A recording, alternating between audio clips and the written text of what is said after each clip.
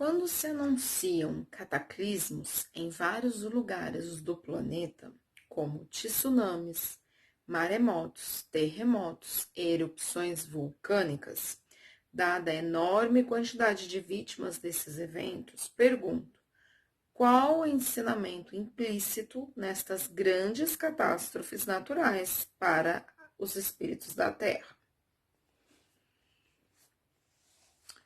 Não quero deixar a impressão em sua mente de que pretendemos amenizar a gravidade da situação resultante desses eventos.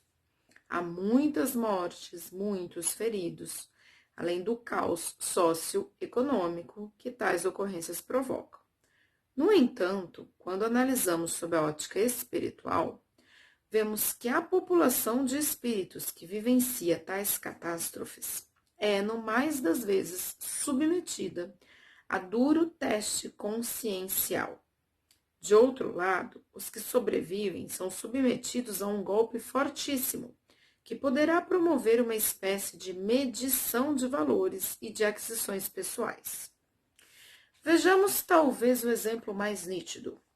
Em catástrofes coletivas, os governos e governantes, os administradores públicos, veem-se forçados a tomar iniciativas que demonstram claramente sua postura ética e humanitária, ou não. São premidos a administrar os recursos financeiros geralmente escassos, além do capital político e do difícil quadro social, de modo que se defina, ante as próprias consciências e a justiça divina, qual o grau da maturidade e responsabilidade que efetivamente conquistaram no desempenho de seus deveres para com o próximo, considerando-se o papel que lhes foi confiado. Durante esses acontecimentos, como se sabe, com frequência tomam decisões que se mostram avessas à responsabilidade e ao voto de confiança que receberam quando levados a administrar o patrimônio público.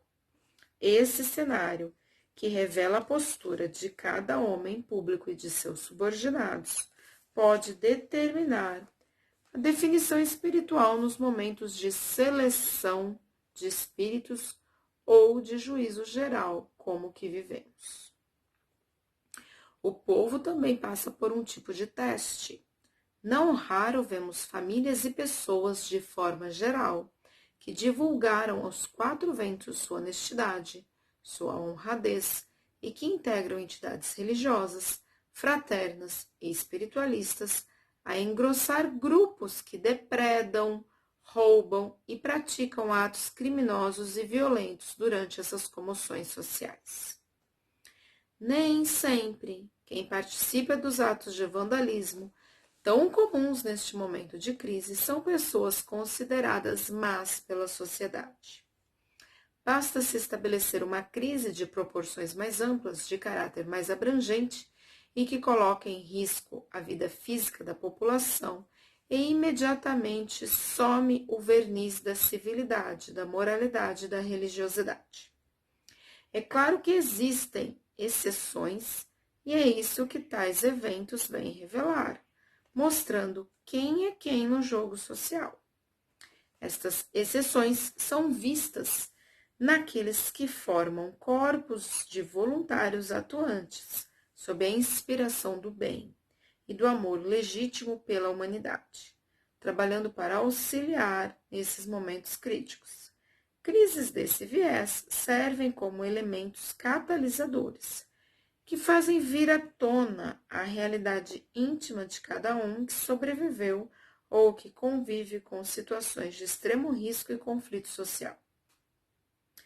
Portanto, o Tribunal da Consciência dos indivíduos envolvidos define, perante a Justiça Suprema, o grau de maturidade espiritual, assim como em que medida aquela pessoa, aquele espírito está, ou não está, determinado a ficar no planeta para futuros investimentos reencarnatórios, ou então, se vai mesmo ficar à disposição dos representantes da Justiça Sideral para compor o grupo daqueles que serão expatriados para outras instâncias do universo.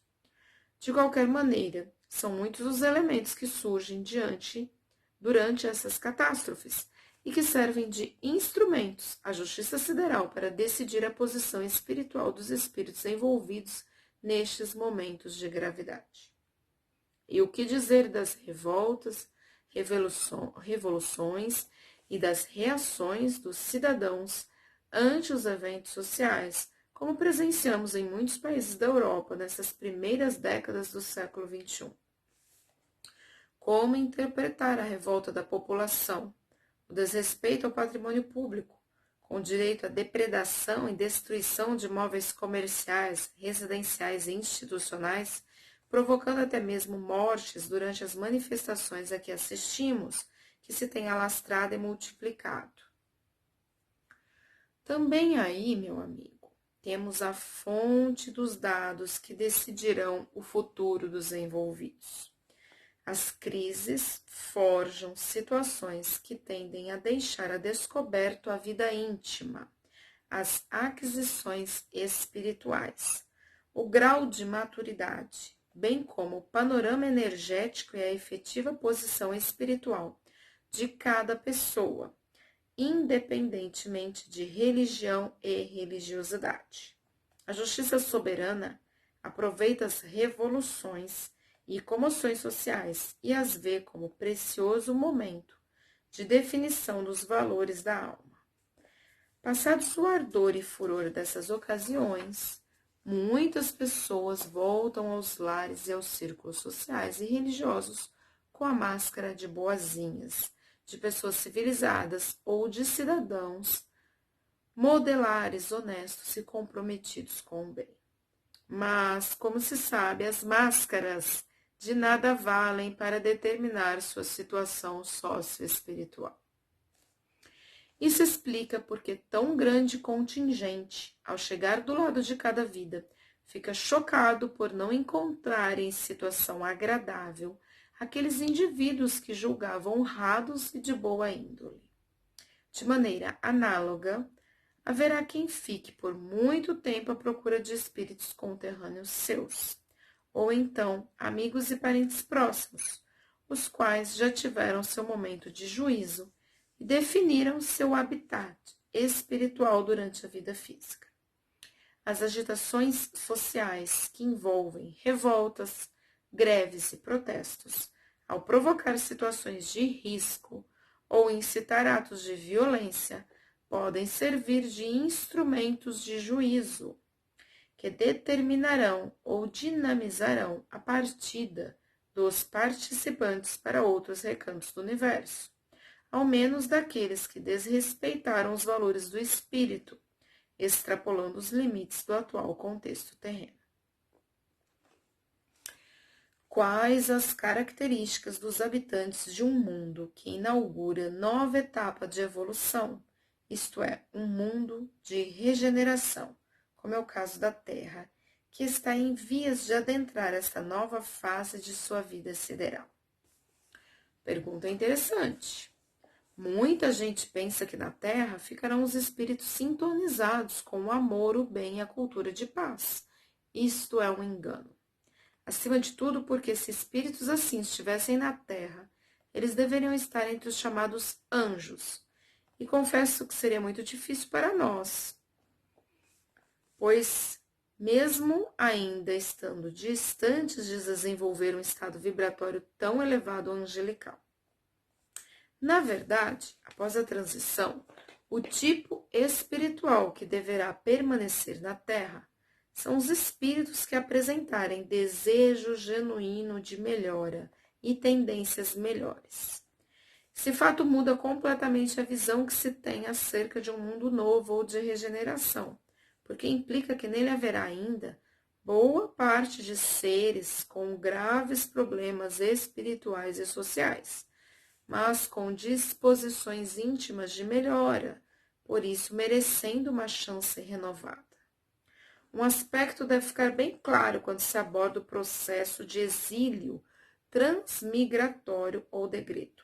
Esse acontecimento não significa exclusão ou eliminação das classes de aprendizado, mas transferência de classes dentro da mesma escola, universo.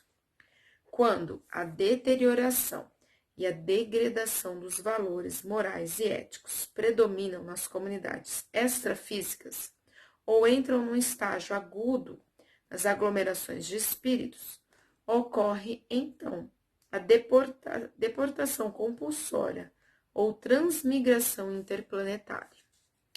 No entanto, essa deportação não acontece pura e simplesmente sem a interferência dos habitantes do mundo submetido a esse processo. É necessário implementar a limpeza energética, fluídica e mental à medida que se prepara o relocamento de consciências, tanto daquelas que tragam a postura íntima já definida, como de outras cuja postura se tornará clara durante a crise, que não por outra razão caracteriza os períodos de juízo geral. Como o momento de reurbanização precede a transmigração propriamente dita, num nível mais amplo, é este o escopo de nossas atividades nessa hora.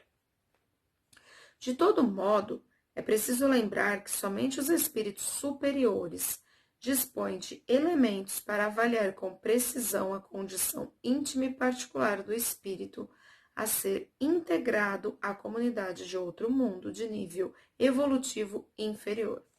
De maneira geral, os desacertos antiéticos que colocam em risco a humanidade, tanto encarnada quanto desencarnada, constituem um dos fatores mais preponderantes que decidirão o destino e o enquadramento transmigratório de cada espírito.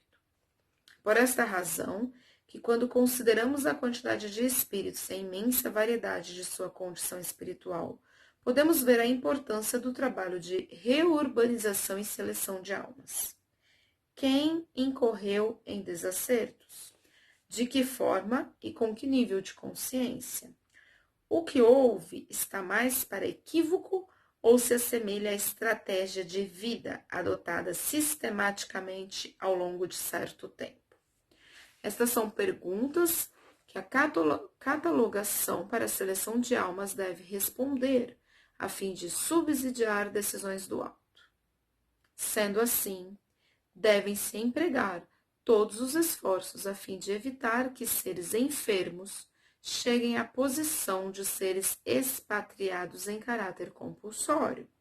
Isso só ocorrerá caso passem da condição de enfermos a de agentes antagônicos à cosmoética, o que pode ser evitado mediante o trabalho dos guardiões, dos agentes da misericórdia divina e de outras classes de espíritos especializadas.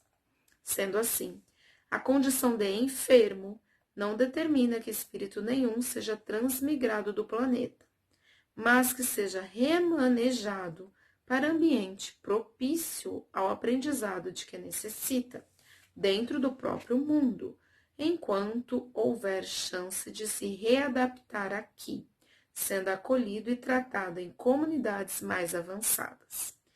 Quem é capaz de ser reeducado, de superar as próprias mazelas ainda aqui no ambiente da Terra, evidentemente permanecerá, como mostra de investimento do alto nas disposições íntimas de melhoria de cada ser. E quanto àqueles que partirão, como ficarão no novo mundo em relação ao aprendizado acumulado aqui na Terra, frente aos choques culturais naturais esperados no local onde passarão a viver? O espírito que for transmigrado, seja ele espírito comum ou um dos milenares opositores ao sistema do Cordeiro, sem dúvida enfrentarão sérios desafios, mas que poderão ser catalogados como elementos de aprendizado. E, inicialmente, enfrentarão um tipo de choque inevitável de cunho mais pessoal, pois terão de conviver, aprender e interagir num ambiente físico diverso daquele a que estão acostumados, durante milênios de permanência no lar então perdido do qual partiram. Falo da construção de moradias, de adaptar-se a alimentos e hábitos alimentícios diferentes, entre outros aspectos. Isso não é algo fácil de encarar. Outros sofrerão uma crise incomum, profundamente complexa e inédita para a consciência de grande parte, ao depararem com uma ecologia diferente, com leis naturais possivelmente distintas das que o espírito conheceu na Terra, o que demandará um tempo dilatado até que aprenda a lidar com o novo sistema ecológico e os desafios que lhe são inerentes. Considere que as características tanto da fauna quanto da flora locais provavelmente diferirão em larga escala daquilo com que estavam familiarizados. Diante do desafio da ecologia e da vida material no novo mundo, é natural pensar que terão de empregar a quase totalidade do potencial mental para a sobrevivência na nova morada. Essa realidade fará com que as possíveis reminiscências da memória fiquem prejudicadas ou em segundo plano. Dito de outra forma, os novos moradores daquele orbe terão pouco tempo para se dedicar durante séculos às memórias extrafísicas. Isso sem mencionar as dificuldades de se adaptarem aos novos corpos, que, embora humanoides, até onde sabemos, em muitos e muitos aspectos serão diferentes e menos elaborados que os corpos deixados no planeta Terra. Em função dessa mudança marcante, drástica e compulsória, restará aos habitantes recém-chegados apenas se unirem em pequenos grupos de afinidade de gostos e ideias, o que não será tão fácil nos primeiros momentos, mas com certeza será de extrema importância para o aprendizado no novo ambiente planetário. Então, está contando um pouquinho de como será essa separação do joio e do trigo.